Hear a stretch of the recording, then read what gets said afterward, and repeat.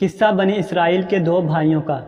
بنی اسرائیل کے دو بھائی جن میں ایک مسلمان اور دوسرا کافر، دونوں دریا کے شکاری تھے۔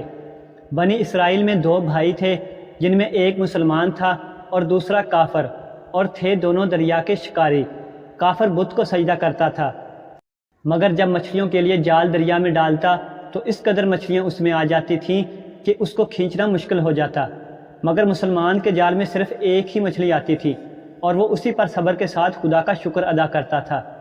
اتفاقاً ایک روز اس مسلمان کی بیوی اپنے مکان کی چھت پر گئی تو اس کی نظر کافر کی بیوی پر پڑی جو زیور اور بہترین لباس سے آراستہ تھی۔ یہ دیکھ کر اس مسلمان کی بیوی کے دل میں وسوسہ پیدا ہوا کہ کاش میں بھی ایسی ہی ہوتی۔ تو کافر کی بیوی بولی، تو اپنے شوہر کو آمادہ کر لے، وہ بھی میرے شوہر کے معبود یعنی بت کی عبادت کیا کرے تاکہ تو بھی میری طرح مالدار ہو جائے۔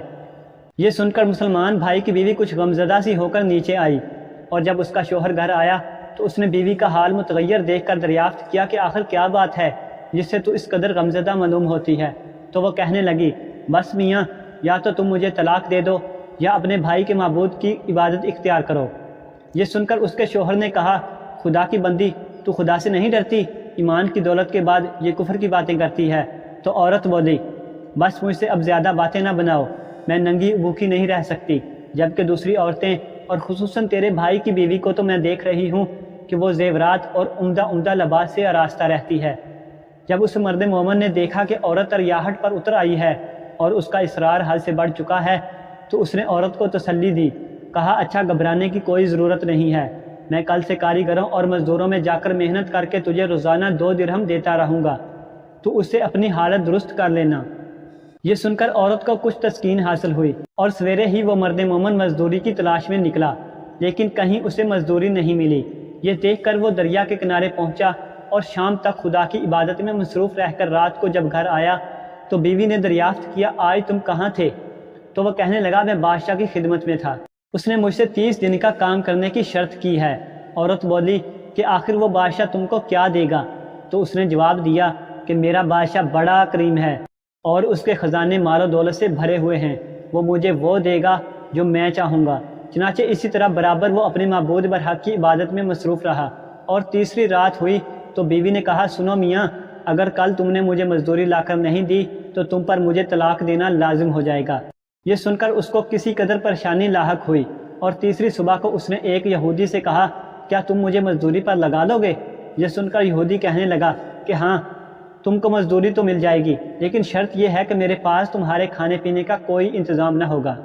چنانچہ وہ مرد مومن روزے کی نیت کر کے یہودی کے ساتھ ہو لیا، اور حق تعالیٰ کے حکم سے حضرت جبرائیل علیہ السلام 29 اشرفیاں ایک نورانی طباق میں لے کر اس کے بیوی کے پاس پہنچے اور کہنے لگے، میں بادشاہ کا قاصد ہوں، اسی نے یہ اشرفیاں لے کر مجھ کو تیرے پاس بھیجا ہے اور فرمایا ہے کہ تیرا شوہر ہمارے کام میں تھا، ہم نے اس کو نہ چھوڑا، یہاں تک کہ اسی نے ہم کو چھوڑ دیا اور یہودی کے پاس چلا گیا۔ اگر وہ ہمارا کام کرتا تو ہم اس کو اور زیادہ اجرت دیتے، بس یہ ایک اشرفی کی کمی اسی وجہ سے ہوئی ہے۔ چنانچہ وہ عورت ان میں سے ایک اشرفی لے کر بازار گئی جس پر کلمہ شہادت لکھا ہوا تھا۔ صراف نے 1000 درہم اس کی قیمت عورت کے حوالے کر دی، اور جب شام کو وہ مرد مومن گھر واپس آیا تو عورت نے اس سے دریافت کیا، آج تم کہاں تھے؟ اس نے جواب دیا کہ آج میں ایک یہودی کے کام پر گیا ہوا تھا۔ تو بیوی کہنے لگی کہ آخر بادشاہ کی خدمت ترک کر کے تم دوسروں کی خدمت کیوں کرتے ہو؟ پھر اس کو اشرفیوں کا واقعہ سنایا، جس کو سن کر وہ مرد مومن روتے روتے بے ہوش ہو گیا، اور جب اس کو ہوش آیا تو بیوی سے کہنے لگا، افسوس کہ میں نے بادشاہ دو جہاں کی خدمت کا حق اپنے اوپر لازم نہ کیا۔ اس کے بعد اس شخص نے عورت کو چھوڑ دیا اور پہاڑوں پر چلا گیا، جہاں خدا کی عبادت ہی میں مصروف رہ کر اس کا انتقال ہو گیا۔ حق تعالیٰ اس پر اپنا رحم فرمائے، آمین۔